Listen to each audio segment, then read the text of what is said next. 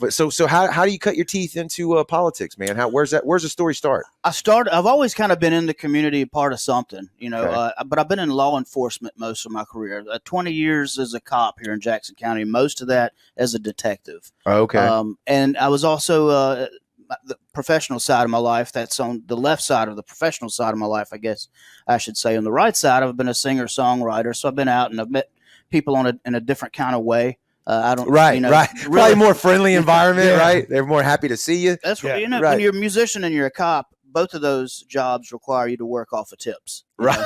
So, detective, especially. Right? So I've been doing that, and I really got a chance to see a couple of different sides of the world because of those two experiences, and I always wanted to get involved in something bigger than myself. So I decided to take a jump into politics, and I researched a lot of the different positions, and this is really the one that looked like it would sell the best for me as far as what I would like to do for Jackson County is in the justice court realm. Okay. Yep. So what's your background in? When would you jump into the judge world?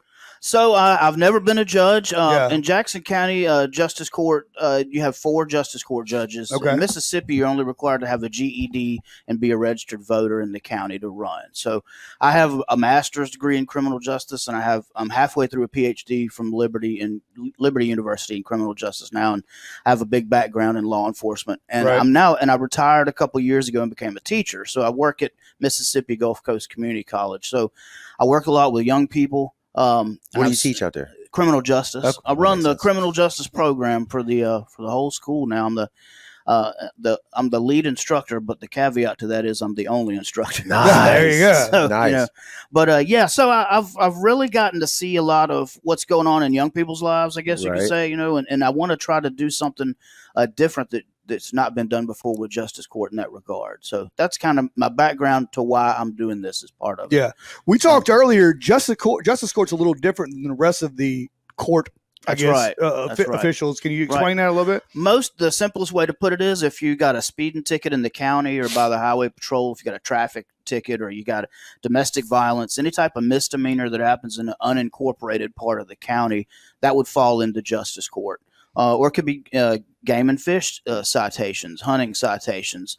But there's also a civil court side. It's under $3,500 worth of damages. You could sue someone in small claims court. Mm-hmm. So there's 2 sides to that. It's mostly the misdemeanor crime side is the highest. It's actually the busiest court in the country is your misdemeanor courts, and the busiest courts in the county are your justice court. Yeah, I believe that. Because they run it every week. You have stoplights, all kind of stuff. Yep. So you have all that going on, and it's a lot to handle. It's kind of like a gateway, though. And I tell people that most of us, and I include myself, because I've been on the other side of the bench before as a young man, right, speeding down the very road that I came to get here today. Correct. Nice.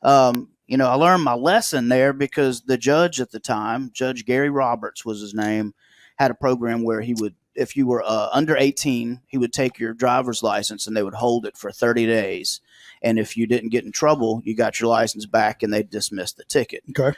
At 16, 17 years old, my dad or mom would have paid that. We're ticket, all dumb. And I'd have been paying for it with my rear end. Probably, right. I learned my lesson that way. Today, that doesn't seem to happen anymore. But it was a gateway for me. And for a lot of people, they go to justice court, they learn their lesson, they move on with life. But 90% of the people that are up in Parchman right now started off there and they never checked. They just kept getting progressively worse and worse and worse. Right. So I want to build a program that does